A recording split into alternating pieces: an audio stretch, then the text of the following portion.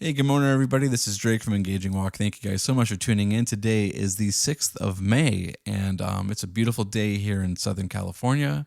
Hope it's a beautiful day where you guys are at too. And all right, so today we're going to be talking about this idea of who should apologize first. So in our marriage with my wife, Ruby, and she's right over here.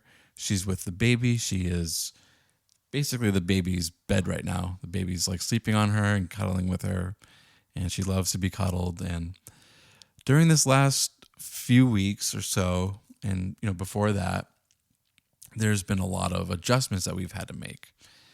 Not only because we have a newborn, but because we also have people coming in visiting. So many people inputting into how we raise the baby.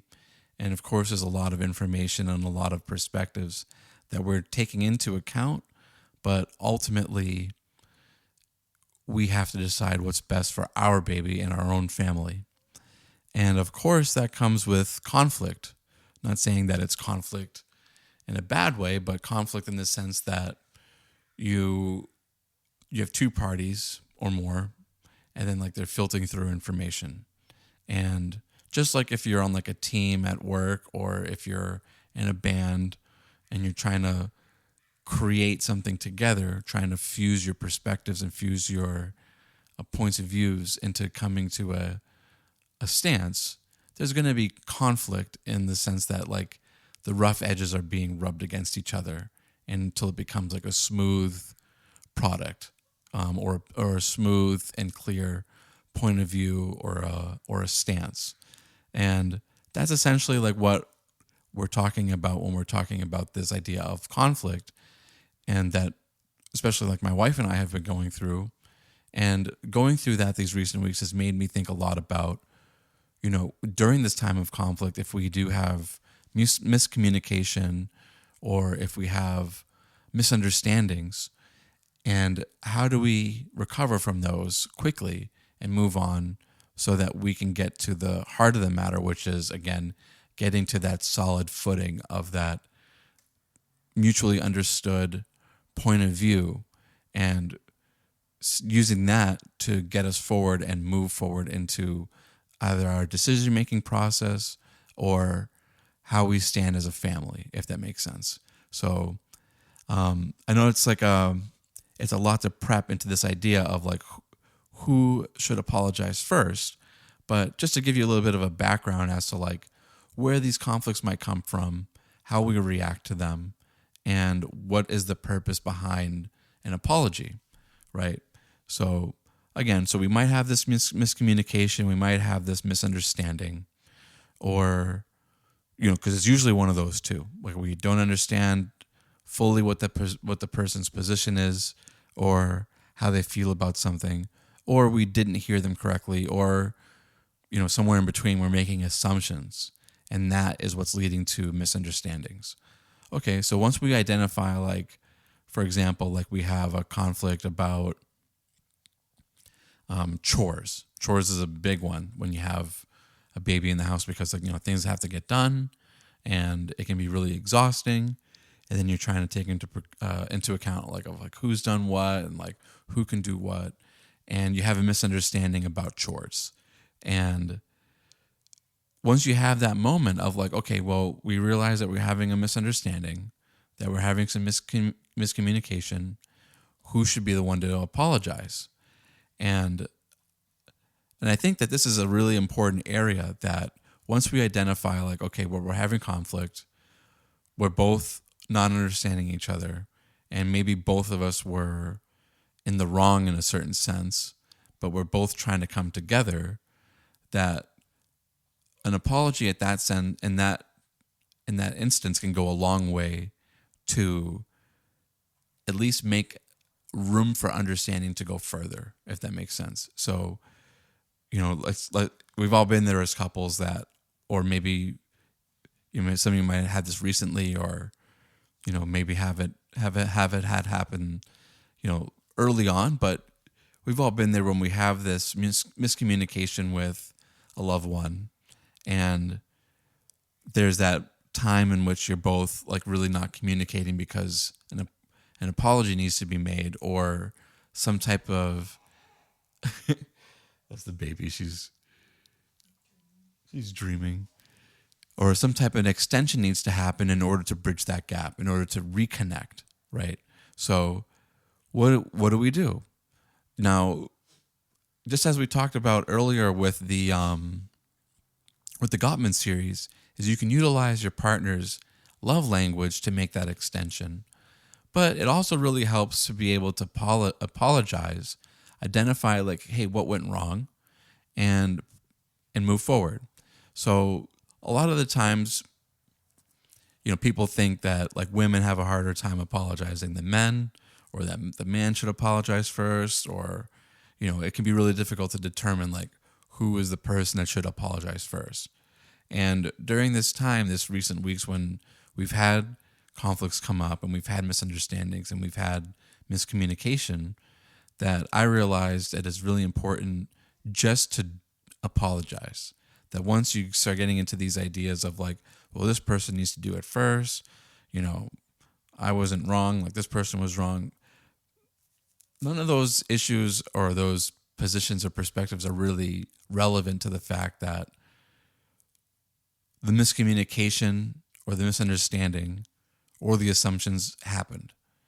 And as a couple, you need to move forward from that, and you need to learn from it and put it aside, because it's not as important as reconnecting. So identifying, as soon as you identify like, oh, this is the issue, we had a misunderstanding, we had a miscommunication, and then it really just helps to just apologize and to put like I said, your ego aside, your pride aside, and just do it.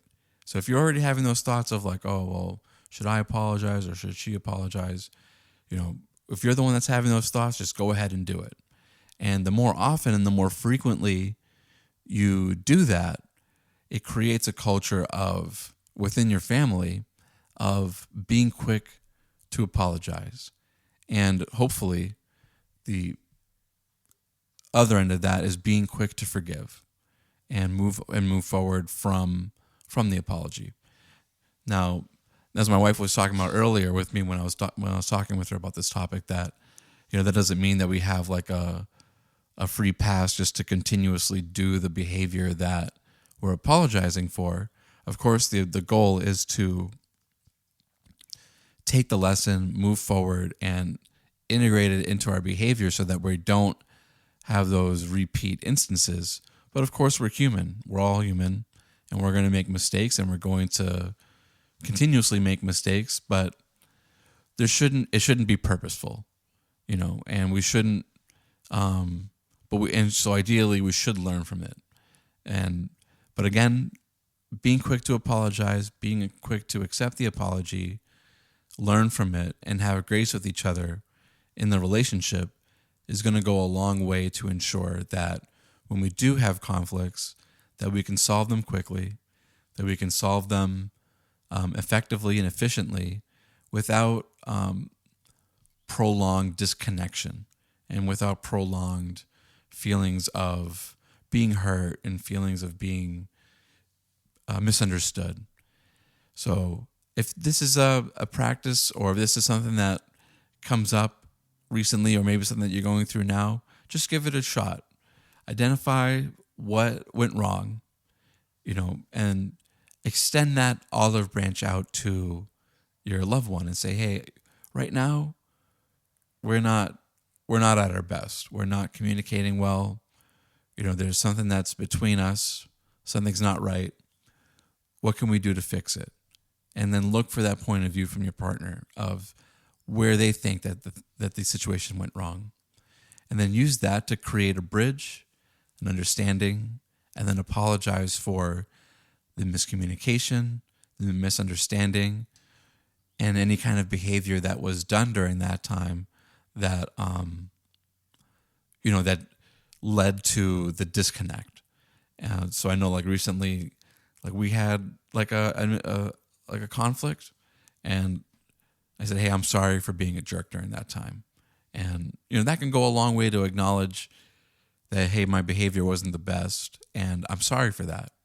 And of course, we want to take that, move forward, and make that not something that happens again. But again, over time, the more and more we apologize and the more and more we come to understandings quickly, that will definitely create a culture of handling disputes and handling conflicts with ease, with greater grace than it would if it was like a long, drawn out process where people are getting hurt and people are feeling misunderstood for days on end, when it could be settled very quickly.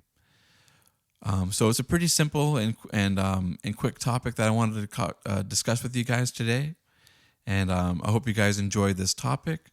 If you guys have any tips, or if you have any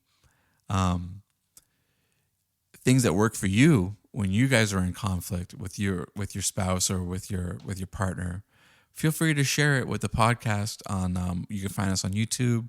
You can find us on Apple Podcasts. You can find us on Spotify. Any one of those areas that you can listen to this podcast, we want you guys to share it and discuss these topics with people that might need or don't really have the they're not really listening to like dating podcasts or things like that, and they can use this information to really help them in their day-to-day lives. Because of course, this is a topic that doesn't just apply for dating; it applies for all types of relationships. Like, you can use this with parents, with siblings, with close friends, and it of course works. That if you're having these moments of disconnect, if you're having these moments of misunderstanding, that once you kind of have an idea of, okay, how am I going to reach out? How am I going to bridge this this disconnect? How am I going to establish connection with the other person that I'm having this conflict with? That it goes a long way to do that. Do the apology and then learn from it. So with that, I'll leave you guys.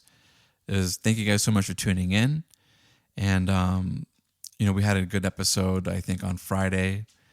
And thank you guys for listening. And so, yeah, hopefully we'll have a new one coming up within the next few days. We're going to have a new series coming up for you guys. But we wanted to give this one to sort of cover like a really quick and effective topic that has practical applications for everyday use. All right, so with that, we'll see you guys next time. Have a great day.